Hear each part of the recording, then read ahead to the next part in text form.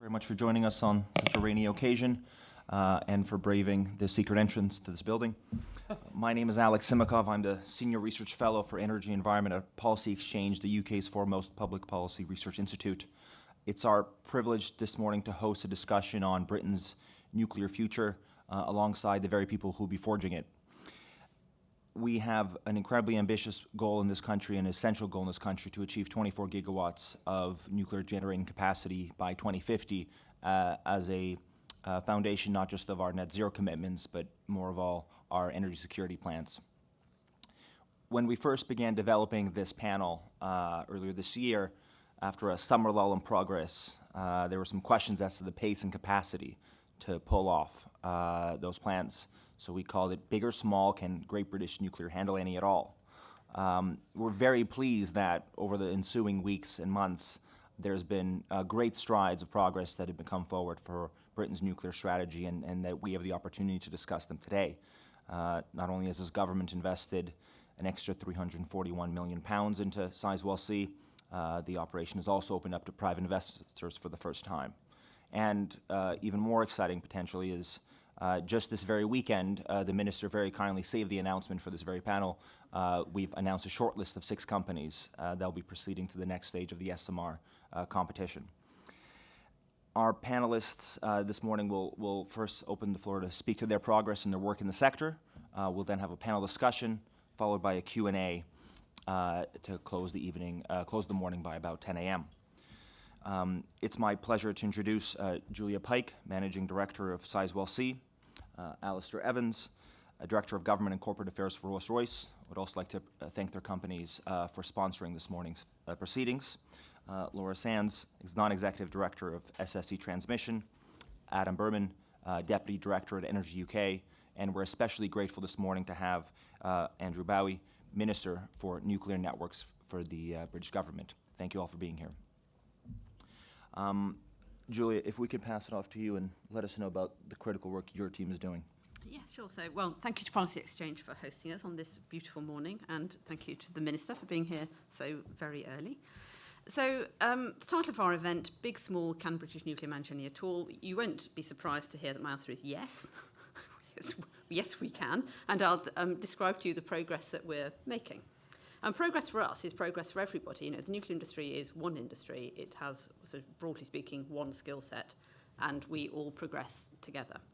So I'll start by talking about Sizewell, which is the project for which I'm responsible, jointly with my co-managing director, Nigel Cann, who has come over from Hinckley. And, you know, that's Nigel's arrival in Sizewell is the demonstration of the power of copying. So Nigel took Hinckley from being a green field to being the site it is today. If you have a look on the on websites at tours of Hinckley led by Nigel, you can see the sort of extraordinary construction site we have there today. So where is Sizewell? So as Alex said, a few weeks ago, in partnership with the government, we launched the capital raise programme to get private money into the project in time for a final investment decision in the first half of 2024. That's the first time that there's been a sort of really major capital raise, especially for gigawatt nuclear. And we've had a very positive response from investors.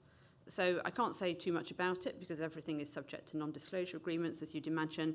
But the capital raise has more than met our expectations. There is a real appetite to invest in nuclear in Britain. There are hundreds of people now working on the Sizewell site every day. And what they're doing is getting it construction ready for 2024 when we've raised the money. So, as I said, Sizewell's a copy of Hinckley. At Hinckley, they're now more than 60% of the way through construction.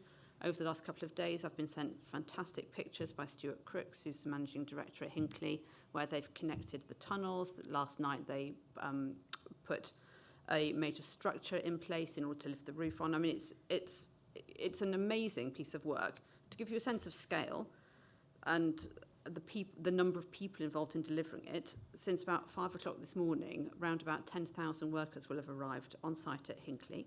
Over a third of them are from the local area, and there are more than 1,300 local businesses who supply to the project, and it's had a transformative impact on the economy of the South West, and that's the same impact that we will have on the economy of the East of England. So the rest of the workers come from Britain. It's a heavily British project, and with specialist construction skills that have been basically, to quite a large extent, developed by Hinckley. So Hinckley itself has set up things like welding skill centres.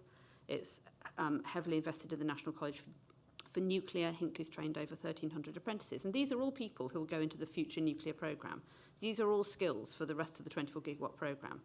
They stay locally during the week, and those who come from outside the area, and they spend their wages with local businesses, and that's part of the reason there's been such a huge impact on the economy of the Southwest. And if anybody went to Bridgewater 10 years ago and goes to Bridgewater today, you will see the transformative positive impact on a town which was previously quite depressed and is now really doing brilliantly. And you will also see that the gigafactory, which is being located there, is being located there partly because of the supply of baseload electricity from Hinckley. So it's an ongoing success story for the region. And just last week, we learned from a new study that the number of people choosing to stay and work in West Somerset has increased by 50%. That's absolutely fantastic. You know, when we talk to people in Suffolk about Sizewell C, what they want is for their kids to have a future in Suffolk, and Sizewell will provide that future. So we want to replicate all the social benefits of Sizewell, not just construction and engineering, but the local benefits to towns like Leiston, Lowestoft, Great Yarmouth, Ipswich. Suffolk's a place of patchworks. There are places of great wealth, and there are places where there is a degree of social deprivation, and it's really important that we focus our efforts on levelling up those towns and giving people better life chances. So we ourselves will train 1,500 apprentices, so that will add to the Hinckley numbers, and as with Hinckley, we'll probably exceed our target. So, you know, that will be like 3,000 people that Hinckley and Sizewell will have trained for the future nuclear industry. And we're very keen to work with others like Rolls and with Great British Nuclear and, you know, the winners of the SMR competition, so they can benefit from that experience too. So those are all reasons to be positive. But I would make one point which is a sort of, you know, room for improvement, which is around planning. So lots and lots of lessons from Hinckley and Sizewell in terms of construction, and demonstrating the fleet effect, you know, going from Unit 1, Hinckley Unit 2, Unit 3 at Sizewell, Unit 4 at Sizewell. There's a fantastic fleet effect, and costs come down. So, you know, our technology costs, what people think of as the costs of nuclear, will come down by around about 25%. It's 25% cheaper to make the same kit again, largely because you don't have to repeat all the paperwork. But in the meanwhile, the planning process has developed such that the 1,000 pages of DCO documentation for Hinckley was 4,000 at Sizewell. The 20,000 pages of environmental impact assessment for Hinckley was 44,000 pages for Sizewell. For Hinckley, the planning inspector asked something like 50 to 100 questions. At Sizewell, roughly 2,000 questions. Now, these are rough numbers, but these things cost money, they take time, and if you have an awful lot of planning commitments, you then have to meet the planning commitments, and all of that also takes time. So I'm by no means advocating slash and burn, but I, of course, and the whole reason we're doing this project is for the environment. But we do think that there needs to be a better balance, and that would be my sort of, you know, my hope for, as well as developing lots of skills for the rest of the nuclear programme. I would hope that we could review with the government getting the planning process into a better balance so that the projects can cost less and go ahead at greater speed. Thank you, Julia.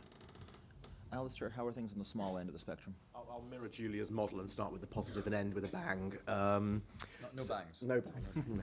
No. So I just need to know what's happened since we were here last year. So Rolls-Royce SMR has gone from about 200 people in the business last year to over 600. Those jobs are in Manchester, Warrington, Derby. We've entered step 2 of the generic design assessment, so we remain the only small modular reactor technology anywhere in a 50 hertz market that's in a formal regulatory process, so we're probably 2 years ahead of anyone else in the UK alone. We've had tremendous progress on export. My air miles are getting more and more unpleasant and carbon less efficient as the days go by. But we've also spent a lot of time at home thinking about how do we deliver this. So we've built a supply chain portal, we've got a modular demonstration facility, and what that essentially means is how do we put these modules together? How do we ensure that when we come to site, all these components fit neatly together as we expect them to? So we're doing everything we can to prepare for delivery, and all credit to the government and GBN and the Minister for delivering on the GBN commitments around the technology selection. So going through a technology selection process is eminently sensible. It ensures that you've got the most competitive companies coming forward to build. It means there's competitive tension. That's brilliant. But most importantly, for my purposes, it's been delivered at pace. So being down selected this week is tremendously exciting, one of 6. The challenge, the pointy bit is let's make sure that we deliver on that spring final selection and that summer contract. Because what that contract unlocks and what that final selection unlocks is the supply chain in the UK, is the job creation in the UK, is the coordination with Julia on skills in the UK, and on planning. So we are making tremendous progress. We're moving at pace, seeking to keep moving at pace. Government are certainly matching that, and GBN are certainly matching that. And I'm looking forward to the spring conference, and we can come back for the final selection process. Laura, what is your perspective from your point of view?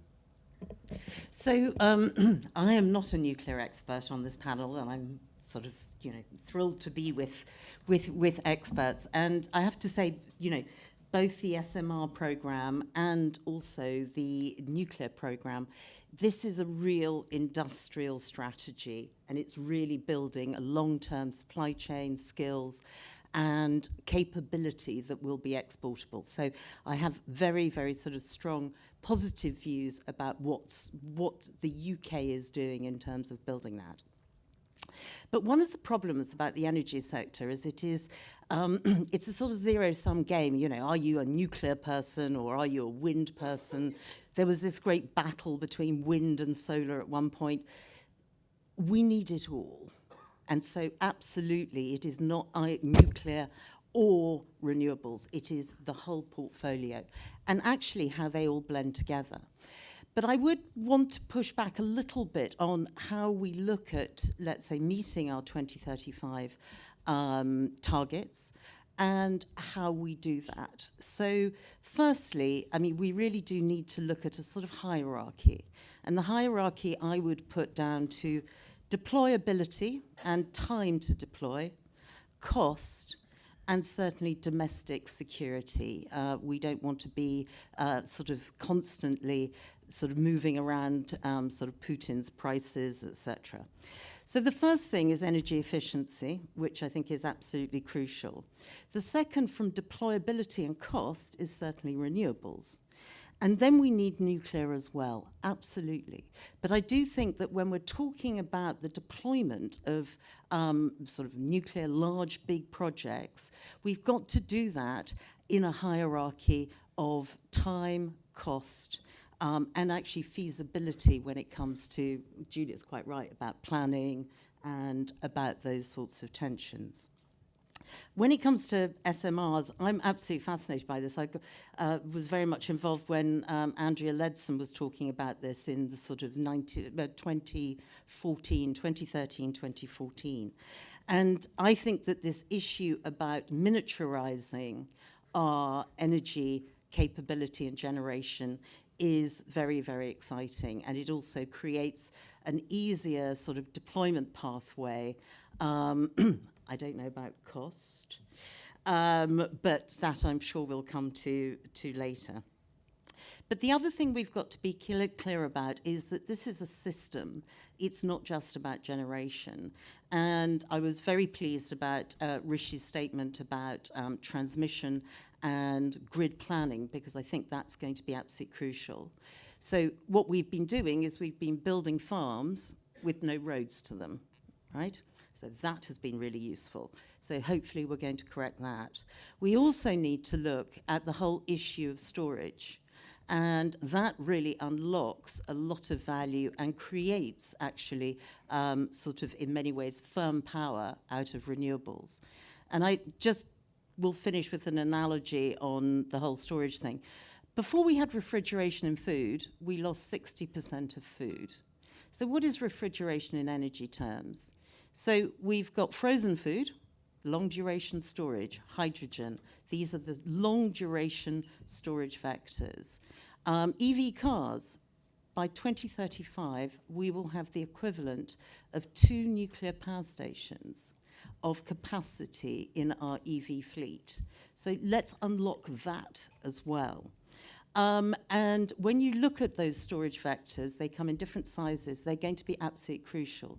So very happy to support nuclear where needed, but I do think that we need to fill some of those important gaps that sit within the current system and that would unlock quicker, possibly cheaper, and certainly with less planning problems or challenges. So I welcome the nuclear industry hugely. I just want it to be put within a matrix of other technologies and where our priorities should lie. Adam, your industry represents the full rainbow of clean power solutions. How do you see nuclear stacking up? I see nuclear as having a really unique role to play. And let me explain why. So just a quick story first. When I visited Sizewell C a few months back, was really, really struck by the process. And as you drive down from Ipswich, there are two sets of placards that you see. And the first set are opposing National Grid network infrastructure works. The second set are opposing Sizewell C. Now, quite aside from the fact that it probably explains why it's so incredibly difficult to get anything built in this country, I think the main point is it shows how wrong both sides are. As Laura said, it is fundamentally not an either-or. You're going to need vast quantities of renewables and network infrastructure. You are also going to need significant volumes of nuclear. You can't reach net zero without the renewables and the supporting infrastructure. You can't reach net zero without the nuclear. And the reason is that nuclear offers a unique service that renewables cannot offer, which is primarily around flexibility and storage and providing that consistency of load. Now, I think when Laura's spoken about the kind of storage and your great analogy there, it's not that the solutions don't exist. It's not that we haven't thought about what happens when the wind isn't blowing and the sun isn't shining. It is that those solutions have largely not yet been built because we rely on gas for about 40% of our power generation, which is effectively for when the wind isn't blowing and when the sun isn't shining and we don't have enough nuclear. We don't have hydrogen in salt caverns at scale. We do not have long-duration batteries at scale. We haven't been building out pumped hydro storage at scale. All of these are the types of solutions you would need to be able to balance the grid. In that context, I think nuclear has a huge role to play in filling the gap, both large-scale nuclear but also small modular reactors around the country which can be used to balance out not just the peaks and troughs of national generation, but of the individual regional needs. Because quite often, for example, we have very, very few large wires that go from Scotland to England, and so we often have constraint problems. These are the types of solutions that nuclear can play a really strong role in solving. And so for me, I think it feels particularly fitting that the country which ushered in the age of nuclear power generation has a really strong future ahead of it in terms of how to cleverly build out a net zero system. We're not going to be doing entirely nuclear, we're not going to be doing entirely renewables. No one is advocating for that. However, we have got some catching up to do. We have not been building out nuclear at scale for really a generation. So all I would say, and very, very excited by the SMR competition, very excited by Sizewell C, all I say to the Minister is there's no time like the present. Very much agree with the government's approach on this and moving quickly to what I see as the huge benefits of this technology. Minister? Yeah, thank you. And thanks to Policy Exchange for hosting this event, inviting me to speak alongside an eminent panel this morning of actual experts. I don't pretend for a minute that I am an expert. I was only appointed to this job in February, and the day before the Prime Minister created the Department for Energy Security and Net Zero, or 2 days before, I was being taken through the streets of Jakarta in the armed Land Rover of the British ambassador to Indonesia with police outriders. And I turned, after a very successful meeting with the Indonesian government as exports minister selling the UK to this brand new market, I turned to my private secretary and said, I think I've got the best job in government. I never want to leave this job. And 2 days later, the phone goes, we obviously read that the Department for Energy Security and Net Zero is being created. The Prime Minister informed me that I was indeed moving and that I was going to become the UK's very first nuclear minister for nuclear networks. And it's a huge privilege. I don't want to tempt fate by saying I now think I do actually have the best job in government, but it's been brilliant, right? Because in the space of 7, 8 months, we have gone from almost a standing start to a place where we've launched Great British Nuclear, we've run the first phase of our down selection process for small modular reactors, we've launched the capital raise for Sizewell C. And I'm able to go around the world, and don't think I've quite matched the air miles of my friend. And by the way, can I just say how nice it is to be able to appear in a panel alongside Rolls-Royce, given the announcement this week, because we're not being allowed to speak for the last few months. I'm able to go around the world and actually set out this really positive vision for the nuclear industry in the United Kingdom. You know, our ambition to get 24 gigawatts of nuclear power on the grid by 2050, our ambition to deliver Hinkley, Sizewell, and possibly another gigawatt scale project, our ambition to roll out at pace across the country small modular reactors, and indeed the work that we're doing on AMRs and MMRs, and the work that we're doing with partners around the world is incredible, and the eyes of the world are on us and expect us, need us to deliver, because in other countries, in Sweden and in Czech Republic, in Poland, where they're either starting afresh or reinvesting, reinventing, reinvigorating their own civil nuclear fleet, they're looking to see how we are doing it. And I know it's a common turn of phrase at the Conservative Party conference to claim that the UK is leading the world, but we actually are in this sphere, and it is a fantastic place to be.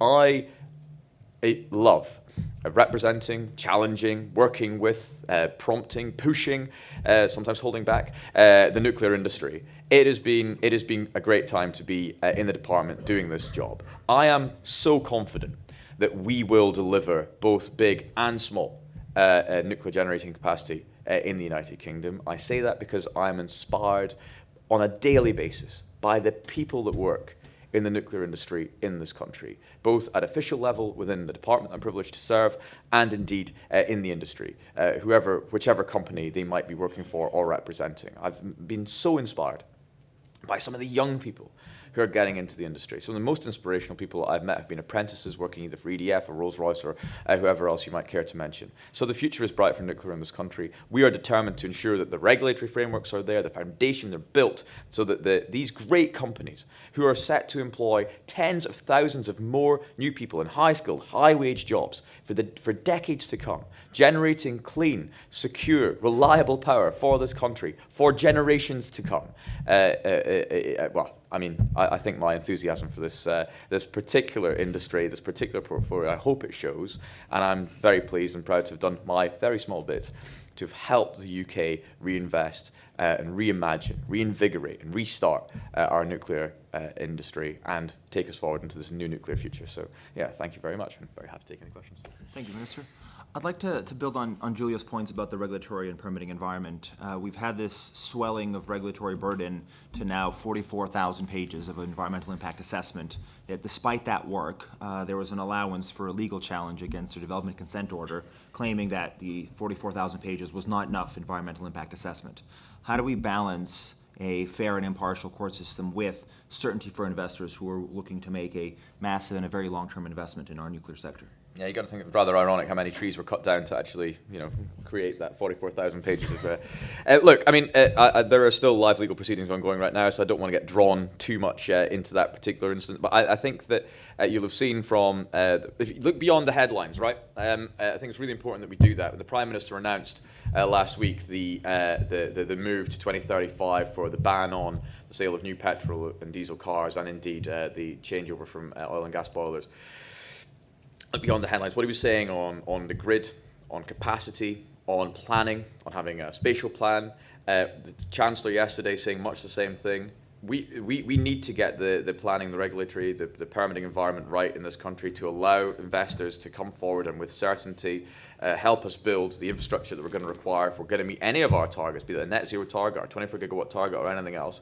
So the government is determined to deliver this, make it easier for companies to build in this country, make it quicker, certainly, whilst also, very importantly, respecting and listening to the views of local people who are worried and concerned about the sheer scale of infrastructure build that is going to take place in parts of this country. That's very important that we do that as well. But we are focused on this.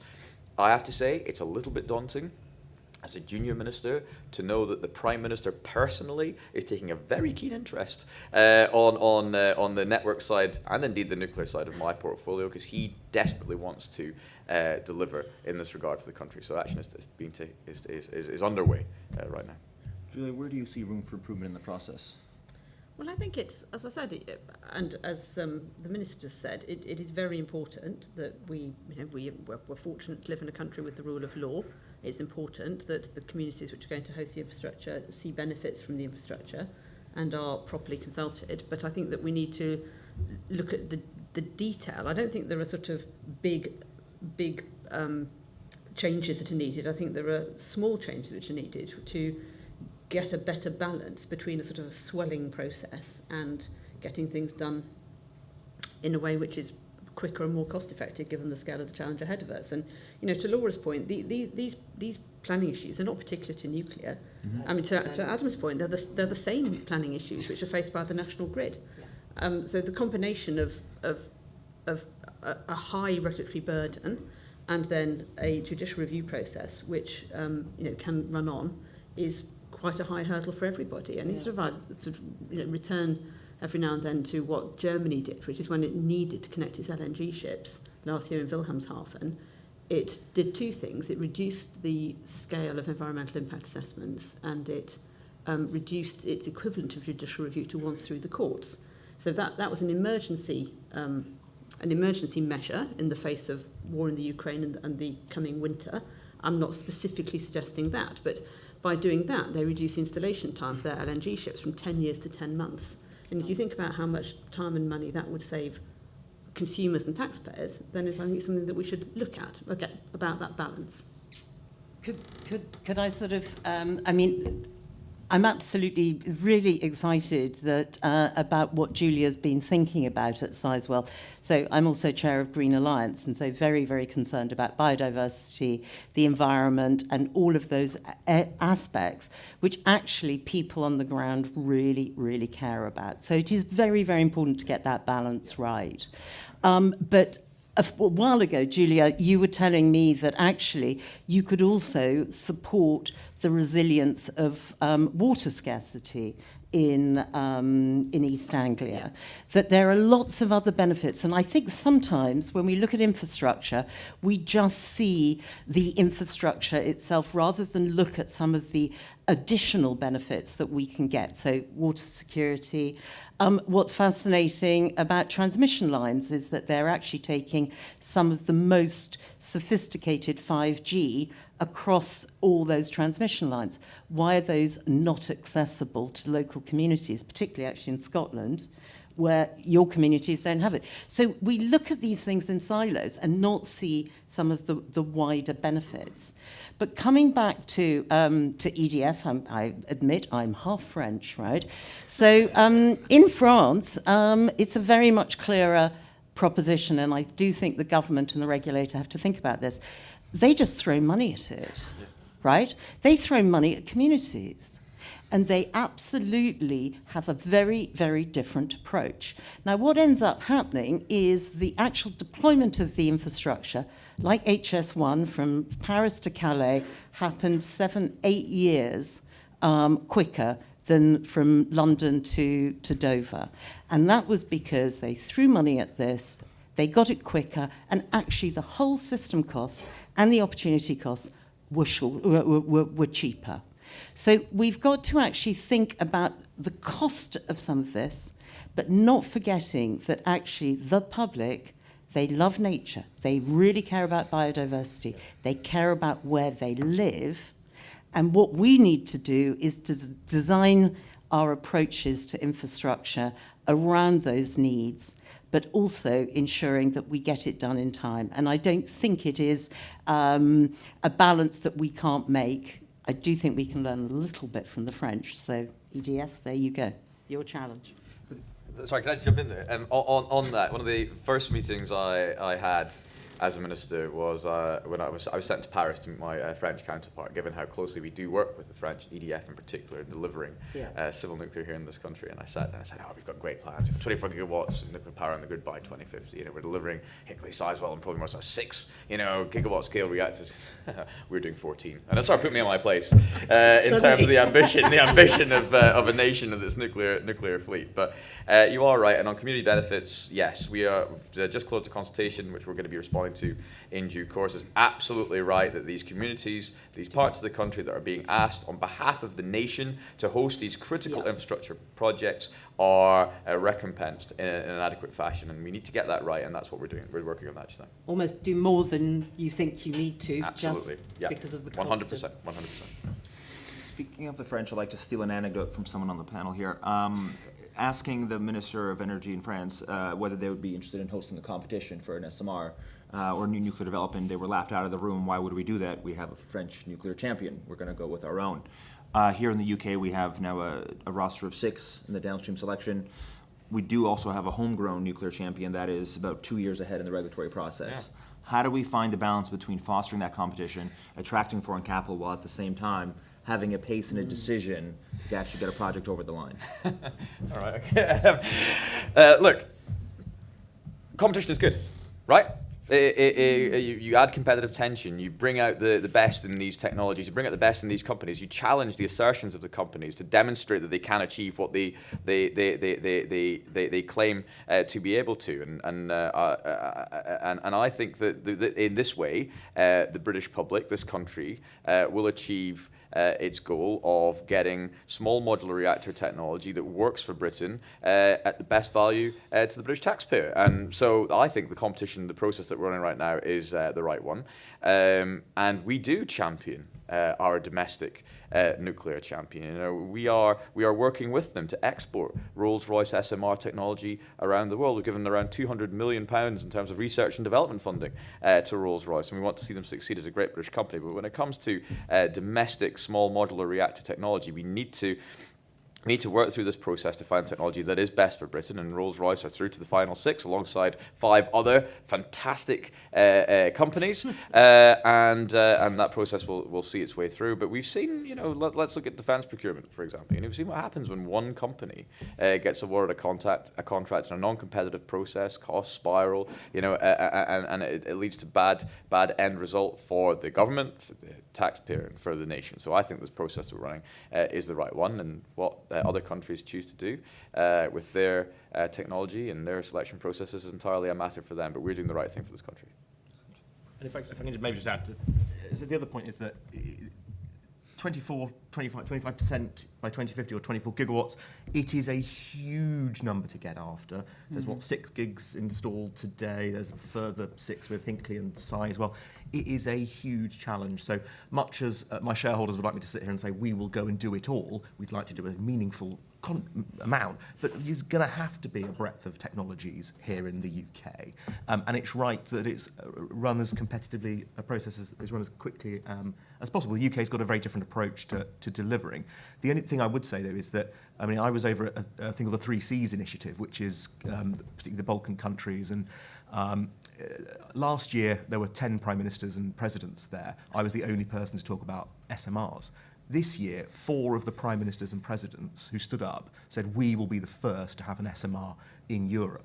So this really is getting into that competitive space now. But again, that creates the opportunity for countries to work together on deployment plans, to work with on supply chains, on skills, and to have energy diplomacy in countries like we do now between France and the UK on our large projects, do the same through SMRs on small projects in some of the countries that we're talking to. I was at the IAEA in Vienna just last week. Everybody I had a bilateral with, all of my compatriots from across the world, they're all talking about small modular reactor now.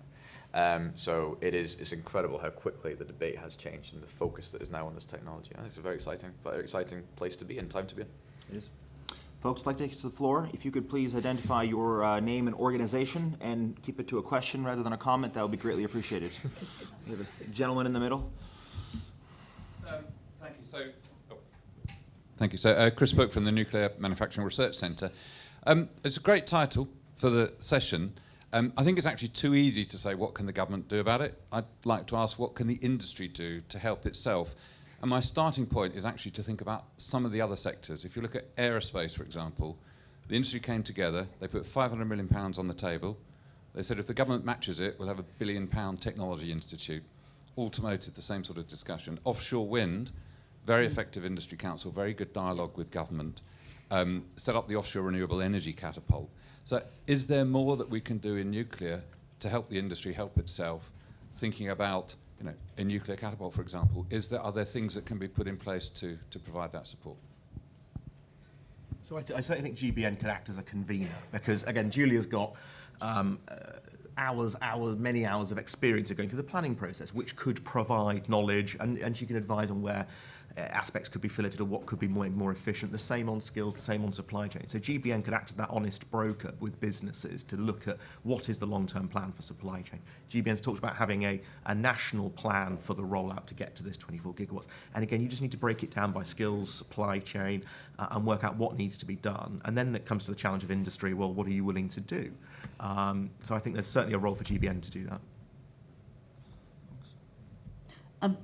Just to say, so I'm involved in another catapult, and I think they're fantastic drivers of innovation. I think that what's interesting, actually, when you talk about the offshore wind, maybe it was about 6-7 years ago, the offshore wind sector was challenged by government about costs. And they all came together, and sometimes, and I would say this not in relation to SMRs, but sometimes we create false competition, where competition becomes some sort of mantra, where actually we need collaboration. And they reduced the cost of offshore wind. You could see from that report, actually offshore wind really drove a different sort of supply chain response. I think also having strong pipelines actually gives the supply chain that, you know, Julia is procuring from actually a much better way of reducing costs and looking at their long-term manufacturing production processes. So certainty, which maybe we've had a little bit less of recently, certainty, clarity of destination, and then a lot of hard work collaboratively will actually drive down prices, but also deliver these additional benefits, which I think are so crucial. And the skills side, the apprentices, all this is super exciting.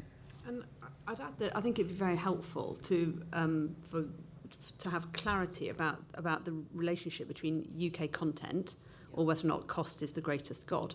So we have very high UK content. We regard it as hugely positive. We want an industry which can continue. I think over its lifetime, we would expect to have around about 90% UK content in Sizewell. Hinckley's got very high UK content.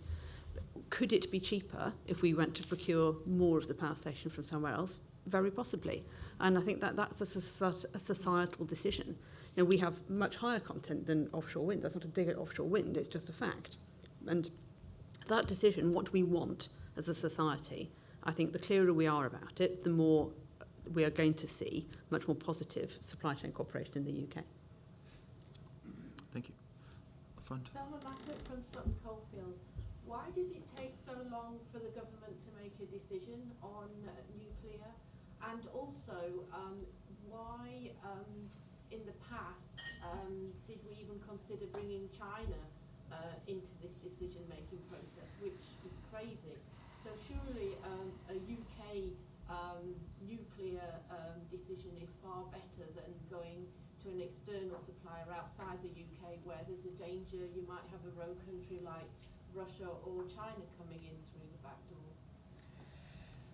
So, to answer your first point, yeah, it was far too slow. And a decision should have been taken years ago, frankly. But we've been, governments of all shades have underinvested and not paid enough attention to the nuclear industry, the nuclear sector for decades, frankly. And that is why we have been working as fast as we have and putting as much time as we have into really building these foundations for this nuclear revolution that we're living through right now, and ensuring that we don't make the same mistake again. And I don't think we will. I think the creation of Great British Nuclear as an organisation, as an entity led by Simon Bowen and Gwen Parry-Jones, are doing fantastic work that will have a tangible impact, for a positive impact for the industry and for the country for many years to come. So I think we are making up lost ground. But yeah, frankly, we should have been taking decisions and making these decisions ages ago. I was only appointed in February, so I can't speak to what went before. In terms of China, I had an interesting experience last week. I was on a panel. I said it was the IAEA in Vienna, and I was on a panel about skills and the skills gap that we will face. One of the biggest challenges facing us and facing the industry is finding the skilled workforce available to fill the many thousands of jobs that we're about to create in new nuclear. Not that there's any lack of interest from young people in working in nuclear, it's just we don't have the spaces in the colleges, universities, education institutes to actually get these people skilled up and ready to go. So this is a challenge that we're facing. It's why we've launched the Skills Task Force with the MOD, because there's one nuclear industry in the UK. We are all facing the same challenges, what with AUKUS, Dreadnought, and then the stuff that I'm responsible for, the civil nuclear programme. So we've got to work together to work out how we solve that skills gap. And I was sitting on a panel, and there was the Finnish minister, there was a rep, it was Director General Grossi of the IAEA, and there's a couple of other representatives from other countries as well, and there was a representative from the People's Republic of China. And he assured me that we were talking about consent, the view on nuclear, that people of China are all in favour of nuclear. They don't have a problem with the view in terms of consent for new nuclear in China, and they also don't have a problem filling the skills gap either. And he sort of looked at me, sort of accusatory, like, "What are you? What's your problem? What are you playing at?" It's a small matter of democracy in this country, yeah. So that was an interesting experience. We are obviously in a very different place now with our relations to China than we were in the early 2010s. It's quite clear that times have moved on from that new golden era, as George Osborne described it back in 2012, 2013. We have a grown-up, a pragmatic relationship with the People's Republic of China. They are the second largest economy in the world, but when it comes to their involvement in critical national infrastructure projects, energy production, then of course it's right that we take a long, hard look as to whether we want them to be involved, and they are not involved in Sizewell. I doubt they will be involved in any of the other projects moving forward. But we do need to continue to have that, robust, open, pragmatic, honest relationship with the second largest economy in the world, and we do. I might just come in quickly on that point, because I think it's a really interesting one, and it strikes to the heart of frankly why we have not moved quickly enough on nuclear as a country over the last generation. And it goes to this point of supply chain, which has already been spoken about. If you want to pay more for British supply chain, and you will be paying more for British supply chain, that's absolutely fine. We can make that decision as a country. You may not make it for every single sector, for every single industry, but you will choose when you want to do it.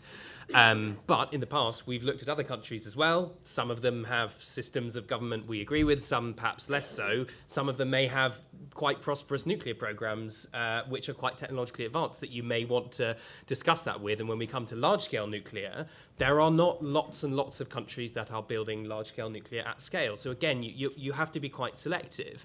Now, we've taken a decision not to include China within that process, which I completely understand and respect. But I think it does come back to this question of delivery. If you're going to decide on a nuclear program, you just have to deliver it. And it is going to be hard because it is large-scale infrastructure building. Large-scale infrastructure building is, by definition, quite disruptive, and it takes quite a bit of time. And it's often quite costly as well, and particularly for nuclear, because it provides this unique system benefit. It means it is also, by definition, usually, at least for the large-scale nuclear, it is more costly on a kind of per megawatt-hour basis than, let's say, a wind turbine. But that is because it offers a different service.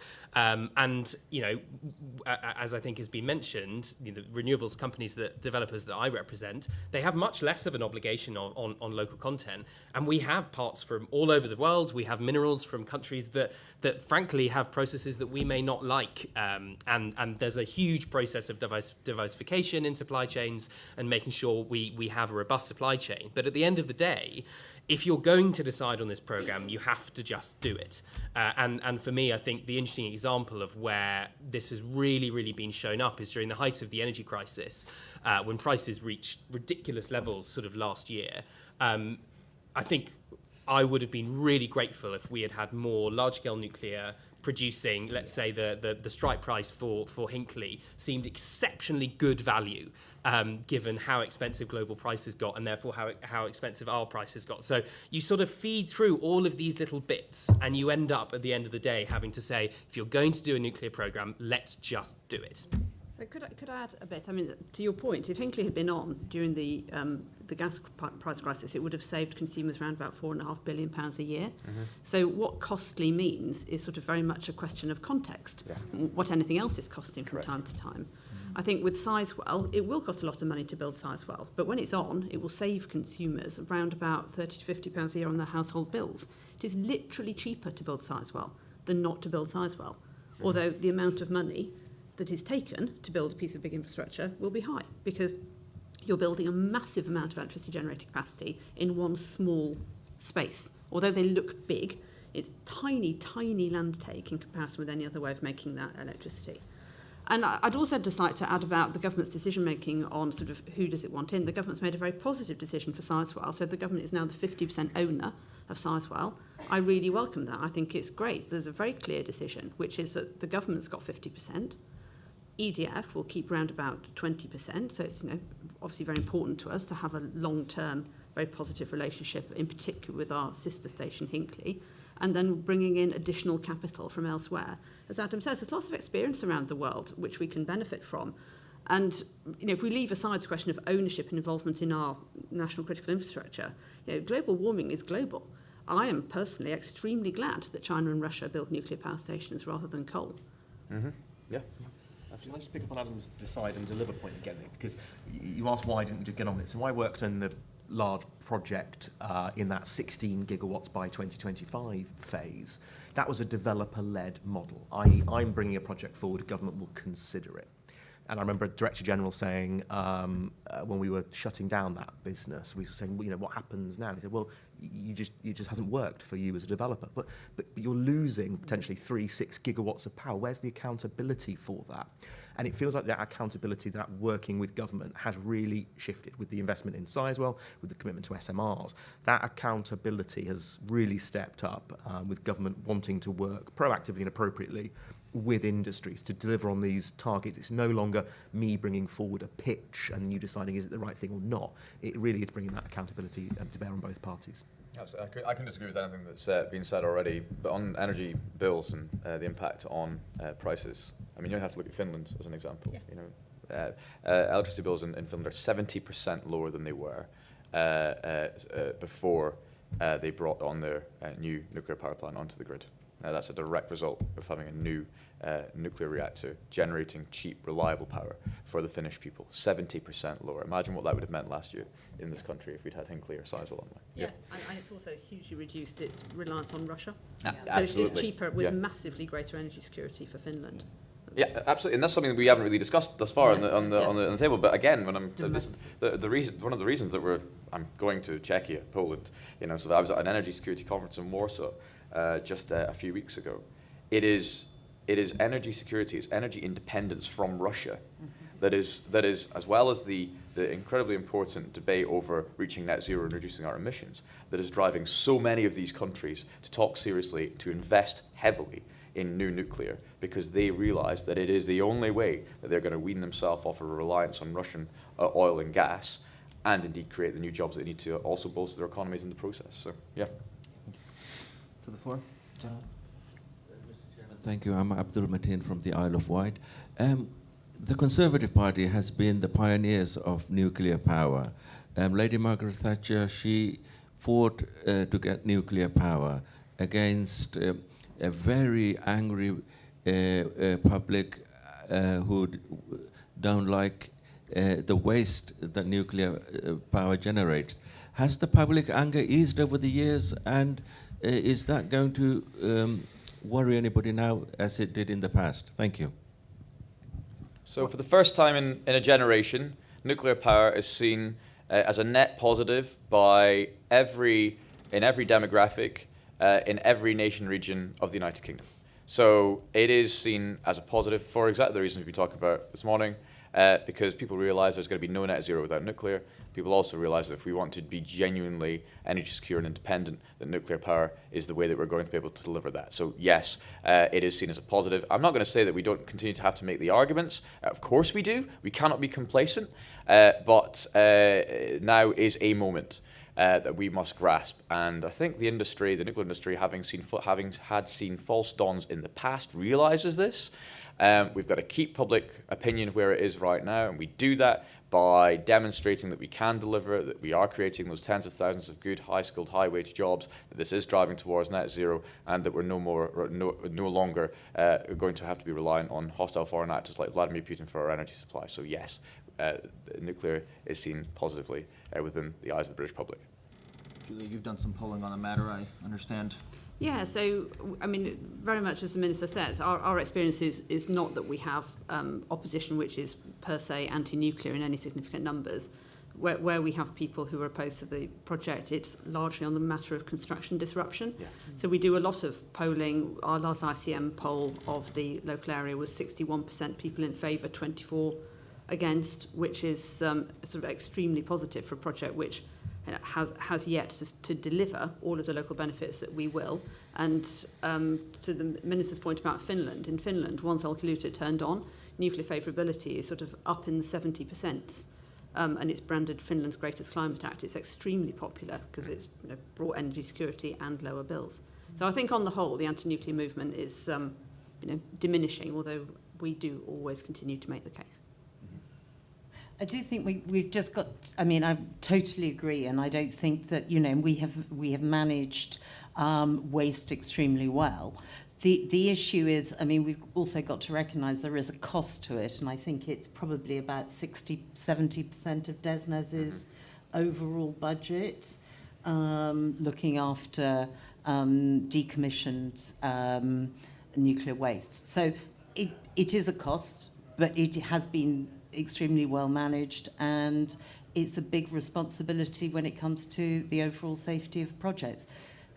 Just to say that every single infrastructure project has got, safety risks, has got issues that it needs to manage through its processes. So, it's not unique, but it is uniquely important and uniquely, of great national security as well. But that high cost is largely the cost of dealing with Sellafield and the legacy of the development of the nuclear industry. Mm-hmm. For new nuclear reactors, the cost of decommissioning and waste storage and disposal is extremely well understood, and it's included in the cost of the electricity, which I think is actually unique. That's I don't think important. that any other forms of generating electricity include their decommissioning costs in their price, but we do.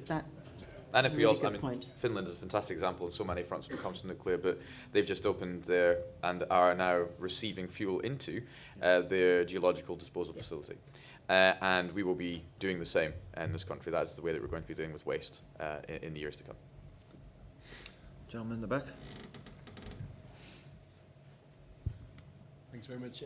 Angus Hill from WA Communications. I think there's a sense that some of the technologies that got the go-ahead yesterday are kind of smaller versions of more conventional, tried and tested nuclear technologies. Do you see a future pathway for more innovative, advanced modular reactors as well?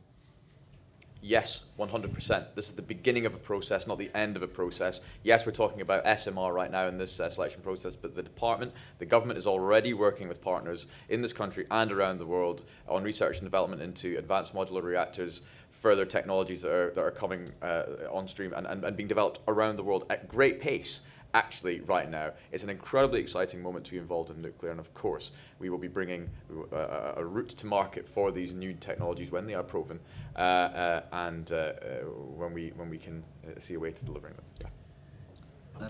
I might just come in quickly with a comment, and I don't want to sort of pour water on this one because I'm always in favour of technological advancements and new solutions. But what I would just say is we are facing an absolutely massive challenge in the delivery of net zero in this country. Now, I view that as a huge benefit for the country, but it is an infrastructure build out on a scale we simply have not done since the war, or probably since the Industrial Revolution. Now, for that, for me, looking at both timelines and cost, as per Laura's point earlier, I really would like the government to focus on the solutions that we know work. And there are conventional nuclear solutions, whether large scale or small scale, that we know work.